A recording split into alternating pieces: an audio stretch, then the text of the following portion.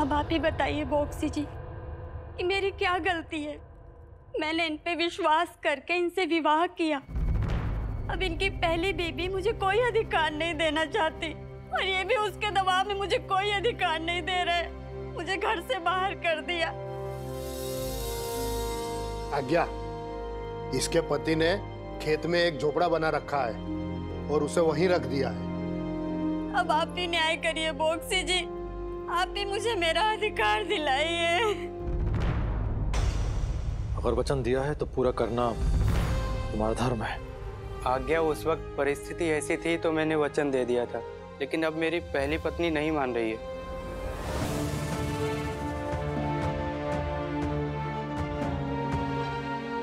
फिर वचन निभाने के लिए परिस्थितियां बदलो, परिस्थितियां बनाओ।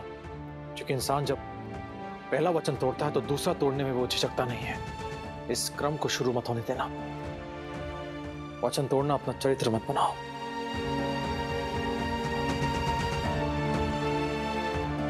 अगर आपको यह अधिकार ना मिले तो कचहरी में वापस जरूर रहिएगा।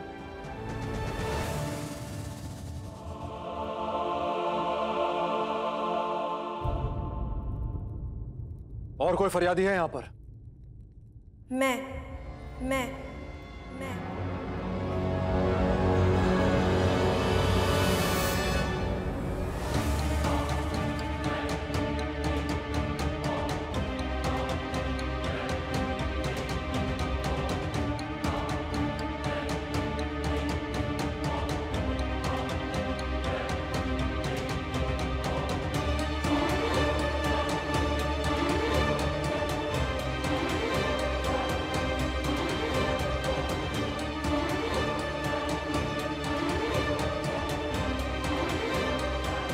बोलिए, क्या समस्या है आपकी? मैं जानना चाहती हूँ कि एक कुलदासी का अधिकार क्या है, उसकी जिम्मेदारियां क्या होती है। कुलदासी को कोई अधिकार नहीं है कि वो बिना कुलस्वामिनी की अनुमति के कचहरी में आ सके। पहले उसे बाहर जाना होगा और अनुमति लेकर अंदर आना होगा।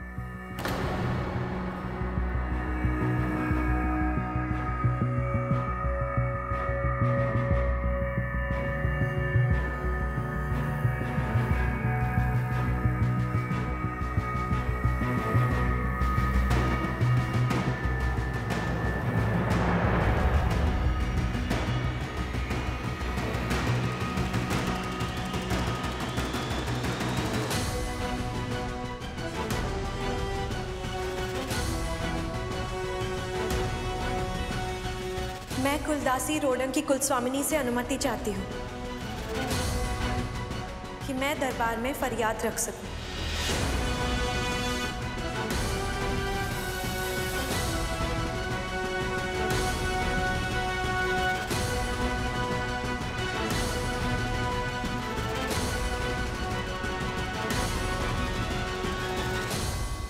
एक कुलदासी जानना चाहती है कि उसके अधिकार क्या है, उसके कर्तव्य क्या है।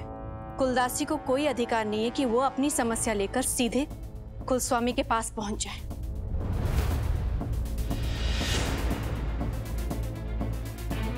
उसकी जो भी समस्या है उसके लिए वो कुलस्वामिनी पर ही आश्रित है। आज की अवज्ञा के लिए कुलदासी की कोई भी फरियाद नहीं सुनी जाएगी।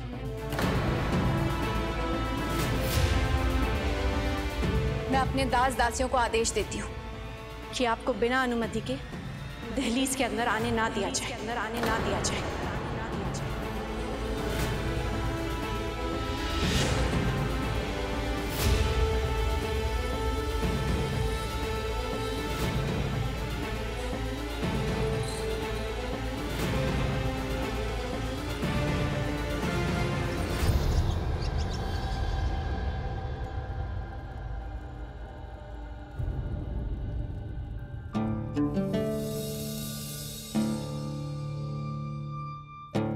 जी,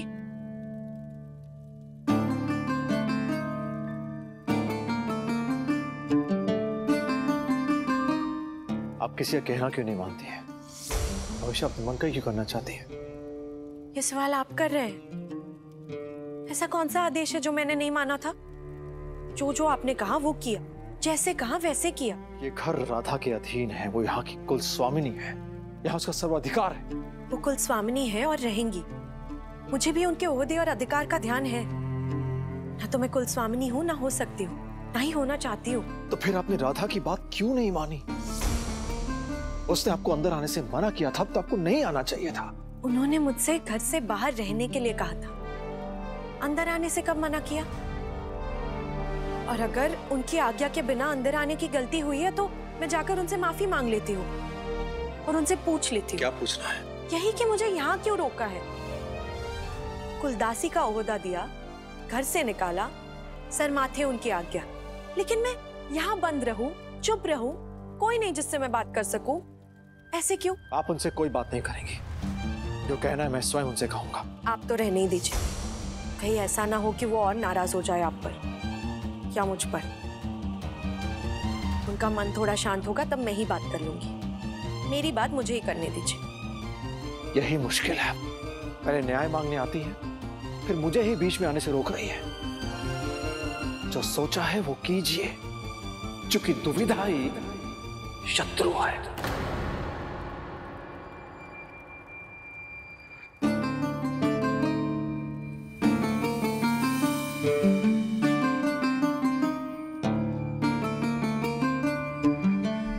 सही कहा आपने, दुविधा ही शत्रु है। लेकिन कई बार किसी किसी दुविधा से बाहर निकलना कितना मुश्किल होता है ये आप नहीं समझेंगे।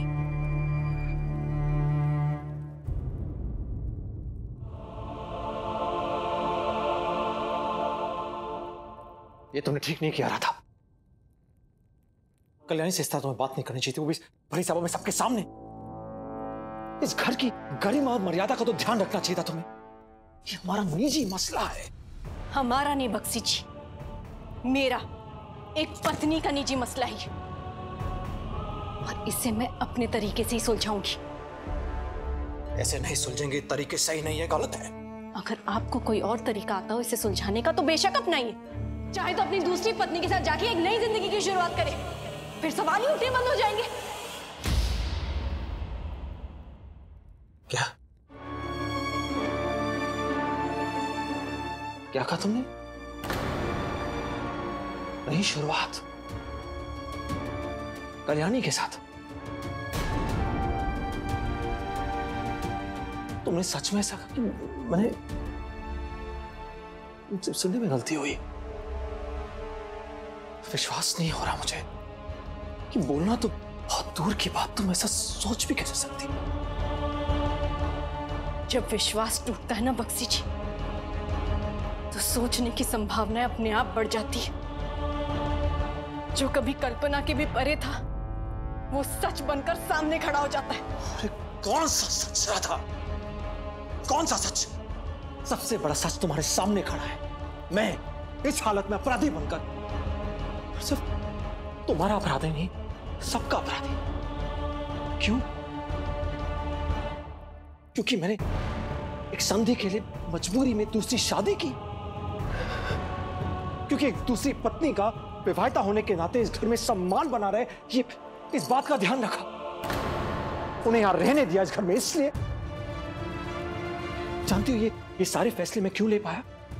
और जानती हो मेरे हर उठाए कदम पर मुझे विश्वास था,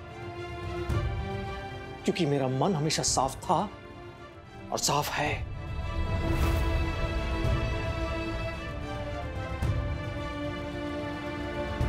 और जब मेरे मन में, मेरी आत्मा, मेरे सब कुछ तुम हो, तो मुझे यकीन था कि मैं कोई भी फैसला क्यों ना ले लूं, तुम सवाल करोगी, संदेह नहीं। पर अगर तुम मेरी जगह होती तो मुझे पता था तुम भी शायद यही करती। जानती हो क्यों? क्योंकि हमारी सोच और समझ दोनों जुड़े हुए हैं एक दूसरे के साथ, जैसे हम दोनों। इसी तसल्ली, इसी विश्वास के साथ जब मैं बड़म्बा से वापस लौटा तो मैं चाहता था सबसे पहले वाह का सच मैं तुम्हें बताऊं।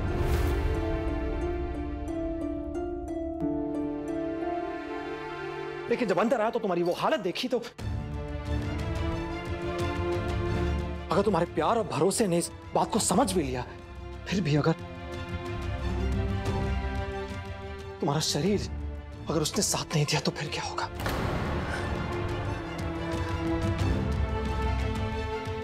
मैं तुम्हें कोई तकलीफ नहीं देना चाहता था राधा। कोई भी छोटी छोटी बात जो तुम्हारी सेहत और तुम्हारे जीवन के लिए जानलेवा हो, मैं उससे तुमसे दूर रखना चाहता था। कल्याणी के शादीशुदा होने के बावजूद भी सुहागन के चिन्ह उसे पहनने नहीं दिए मैंने।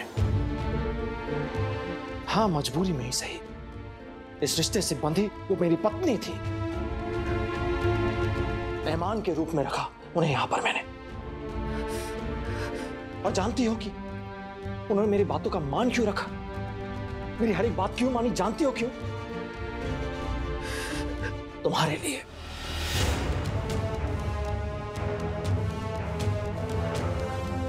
क्योंकि वो जानती थी, वो समझती थी कि राधा ही मेरा सब कुछ है, सर्वस्व है, मेरी दुनिया है। लेकिन पता नहीं क्यों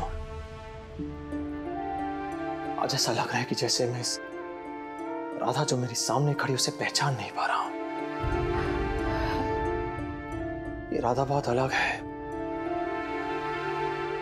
क्योंकि इस राधा के सवाल जो है वो संदेह में बदल चुके हैं। लेकिन एक चीज जो कभी नहीं बदली और कभी नहीं बदल सकती वो ये है राधा की, तुम्हारे बिना नहीं रह सकता, तुम ही मेरा सब कुछ हो। बच्चे से भी जो अभी तक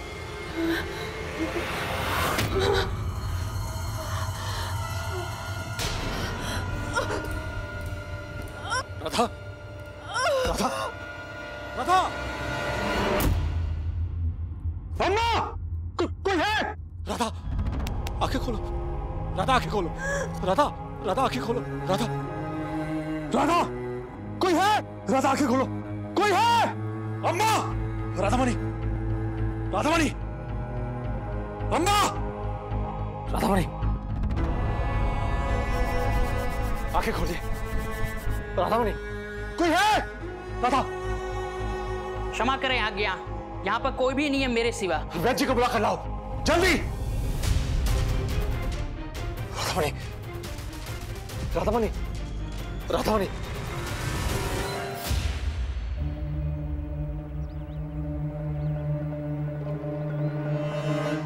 क्या हुआ? राधा ऊपर की तबीयत बहुत खराब है, मैं वैद्य जी को बुलाने जा रहा हूँ।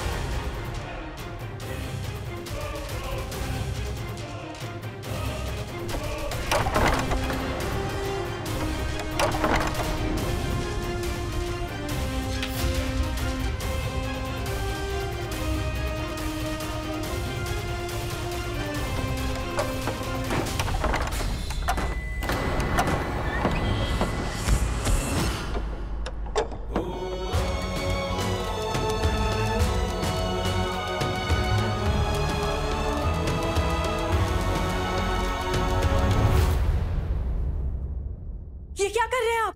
खून का बहाव रोकने के लिए पैरों को ऊंचा रखना चाहिए, ऊपर की तरफ, ना कि नीचे की तरफ। और पेट पर जरा भी दबाव नहीं आना चाहिए। अब हटिए। रुकिए, मैं जी आ रहे वो जैसा बताएंगे वैसे ही करेंगे। राधामणि गर्भ से है, आपको पता है इस अवस्था के बारे में? और आप जानते हैं, आप जो कर रहे थे उससे राधा दीदी की हालत और खराब हो सकती है। क्या? प्रेम करना और माँ बनने के बारे में एक औरत को कोई नहीं सिखाता। चलिए मेरी मदद करिए, उठाइए इन्हें, उठाइए।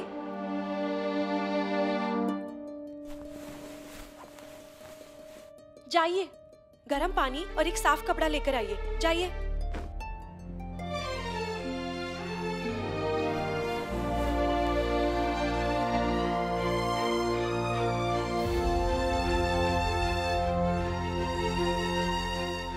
लाइए।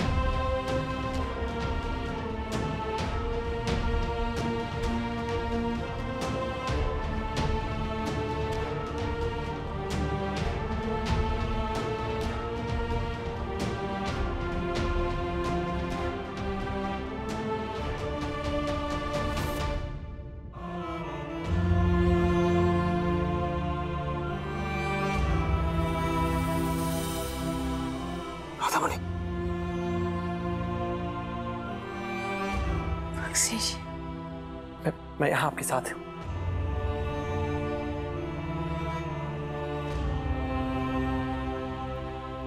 मेरा बच्चा। सब ठीक है, आप भी बिल्कुल ठीक है। ठीक है। हाँ, आपने तो मुझे डरा ही दिया था।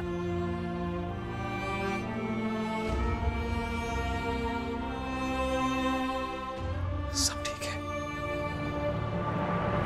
आपको बहुत याद किया। आदत नहीं है आपसे इतना दूर रहने की।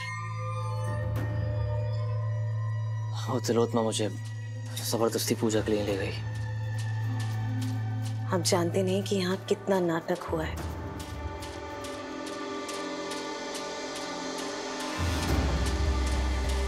और मैं यही सोच रही थी कि काश आप होते तो देखते कैसे उस राजकुमारी को बेइज्जत किया गया। और आपके दादा तो बड़े ही महान निकले। इतना बड़ा झूठ बोला। खैर, मैं इस पूरी नौटंकी से दूर रही, बस आपका इंतजार करती रही कि कब आप आए और मैं आपको बता सकूं कि क्या क्या हुआ। लेकिन अम्बा, ये तो हमारे लिए खुशखबरी की बात है। सोचो कि अगर राधा भाभी को या उनके बच्चे को कुछ भी होता है तो उसका शक हम सीधा उस कल्याणी पे डाल सकते हैं और सब मानेंगे भी, क्योंकि अब इस कल्याणी के पास राधा भाभी के विरुद्ध करने के लिए बहुत कुछ है। फिर सोचो अम्बा, कैसा तांडव हो गया।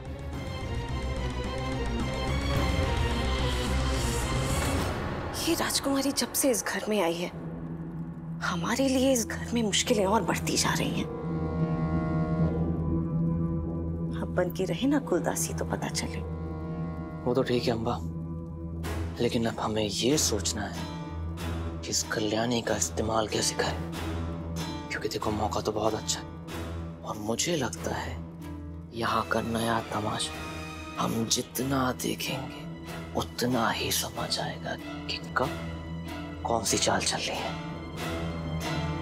बस तब तक इस कल्याणी पे सबका शक और गहरा होना चाहिए। हमें बस इतना ही करना है ताकि जब हम अपनी असली चाल चलें तो इस कल्याणी के पास कोई सच सुनने के लिए नहीं होना चाहिए। बस तब तक मजे लेते हैं इस नाटक के।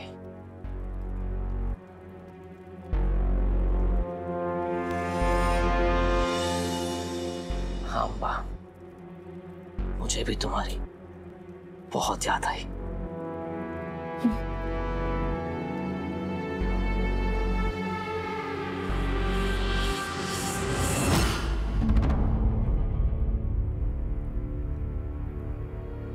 नड़ी तो सही चल रही है, घबराने की कोई आवश्यकता नहीं। बस इनका भरपूर ख्याल रखिए, किसी तरह का कोई तनाव ना होने पाए।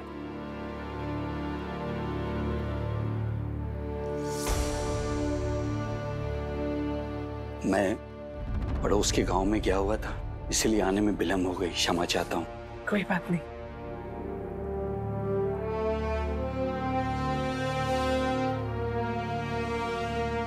हम में से कोई नहीं था घर में।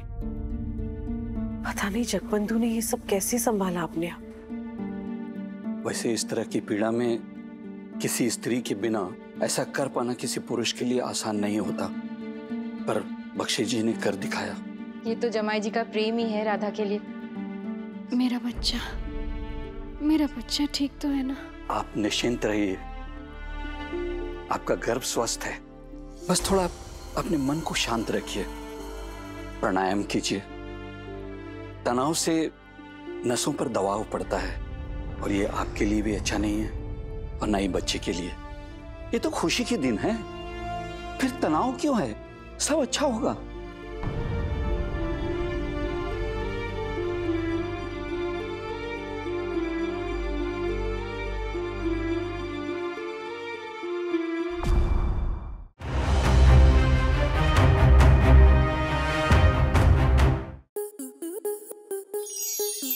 प्लस के ऐसे ही और बेहतरीन लम्हे देखने के लिए सब्सक्राइब करें हमारे YouTube चैनल को।